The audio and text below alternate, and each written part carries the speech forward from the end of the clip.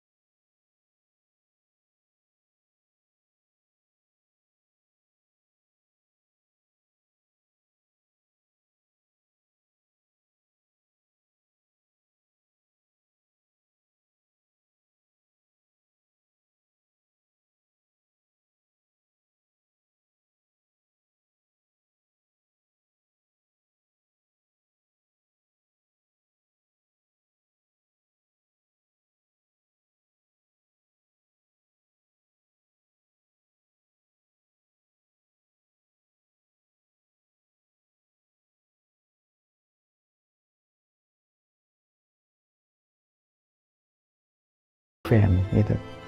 Jadi ketika Anda buka lagi, maybe 1 year again, you can see and you can remember bahwa di waktu itu kamu sedang mengalami kejadian ini loh. Kamu sedang mengalami patah hati misalnya, atau kamu sedang mengalami suatu proses yang sangat membahagiakan atau proses yang sangat berkesan buatmu. Di taraf itu ada semacam stage value yang meningkat gitu. Dan beberapa hal yang bisa kita rasakan manfaat dari menulis buku harian adalah cara menulis kita semakin cepat. Itu pasti itu semakin cepat. Bahkan mungkin Anda akan ketagihan atau konsisten. Saya selama 3 tahun lebih konsisten menulis buku harian sebagai sarana proses untuk bagaimana cara saya menuangkan pikiran saya, karena di buku harian itu nggak ada yang menjudge kita kan, hanya kita sendiri.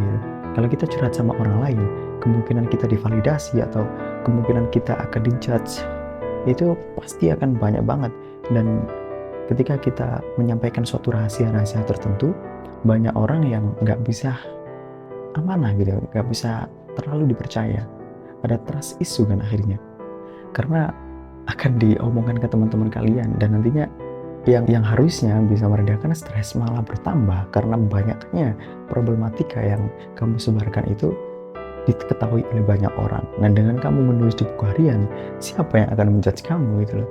Karena ini sangat privat, sangat privasi, hanya kamu sendiri. Kamu bisa meng-creation apapun, bahkan kamu bisa coba menarasikan sesuatu, misalnya tentang mengarsitekkan pendidikan atau masa depan kamu, atau suatu stage yang pernah kamu lalui atau yang ingin kamu lalui ke depan, bisa kamu jelaskan secara rinci di buku harian.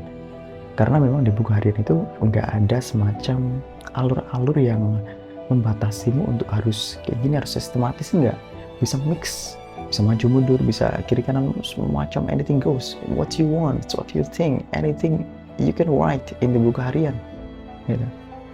Jadi diary ekspresi, diary habit, buku diary penting.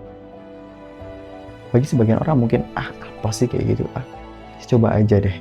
Kamu akan merasakan kelegaan ketika kamu selesai menulis satu hari, satu halaman di buku harian itu. Dan ketika kamu sudah membiasakan itu, maka satu hari saja kamu absen menulis buku harian, maka merasa ada yang kurang di dalam diri kamu. Kayak ada aktivitas yang,